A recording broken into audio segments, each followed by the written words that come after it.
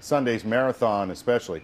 And I was talking to this young man a few minutes ago. Little did I know he's an Olympic marathoner. He is an Olympic marathoner. He is qualified in to represent Canada by, it was 1 second margin that got him in. Joining us is Eric Gillis. Great to have you here on our show. Thank you. You get to watch the marathon because you're actually going to take part in the 10K over the course of the weekend, which is just a nice training tool for you, I take it.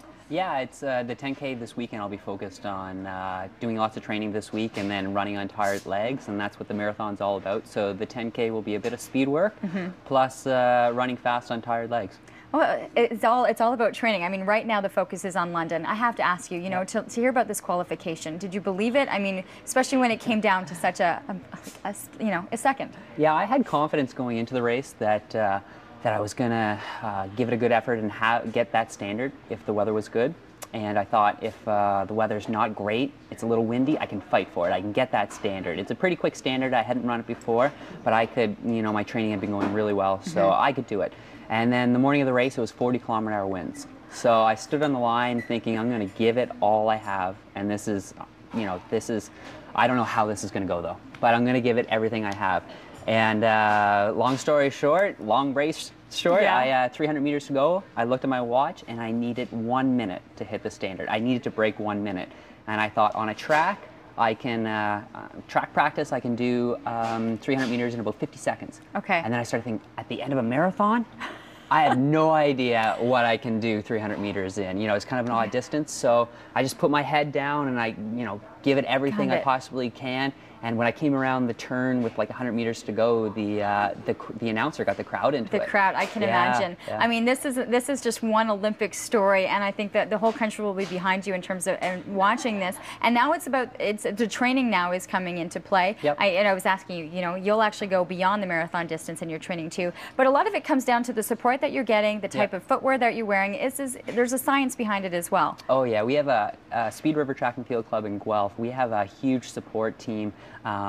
Starting with the coach, and we have just a big support team and New Balance is behind us, and it takes a lot of science actually to run a marathon as well in terms of fueling protocol and getting the mileage right leading up to it. You don't want to go across that line and go into London, go into a marathon feeling flat. You want to feel like you're well rested and prepared for the race. You've got the people behind you, but I have to ask you because you got some very flashy shoes on. I mean, your feet, what you're wearing is your biggest tool, right? I mean, that's what's hitting the surface. How important have these become for you? Yeah, shoes like this and the companies behind it. Yeah, the 890s here are our training shoe that my partner and I, training partner and I, Reed Coolset, it's our go-to training shoe for all our mileage. We can do workouts in them. We can also do long runs in them. So it's a very versatile shoe, and it's Canadian only with Canadian colors. And there's also this Canadian standard on this because you've got the maple leaf on there. Because money, if purchasing these shoes is actually going to help training and the aspect behind it. It helps with our support team in Guelph. It helps to take care of us medically and pay for some of our medical bills and physio bills, so it's great. Slight physio required after some of these. The shoe's called it's a New Balance 890. So people are looking for more information. Especially too at the Health Expo and the Pfizer Health Expo. There's going to be lots of information and products. So for you now, you're going to be running the 10K, and I asked you, for you this is a training tool, but this is like you were saying one of the premier events for this in North America. Oh yeah, they bring a lot of good competition in for this 10K, and we're really lucky in Canada to have Ottawa behind this 10K race because it is so competitive. And last year I focused on the 10K. I didn't do a spring marathon, so I really focused on this Ottawa 10K.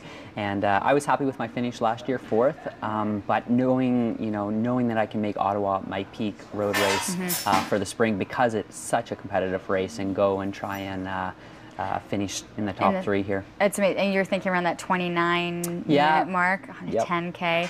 The winner of the Boston Marathon, the Boston Marathon race too, is going to be here, right? The winner of the Boston Marathon, Wesley Karor, he's a Kenyan, married to a Canadian, and he'll be here racing the 10K as well. Well, it's amazing to see. There's a ton of great athletes that are here. Good luck, Thank you very much. on your 10K, but also best of luck in London. We'll definitely be watching for you for sure. Thanks for the support.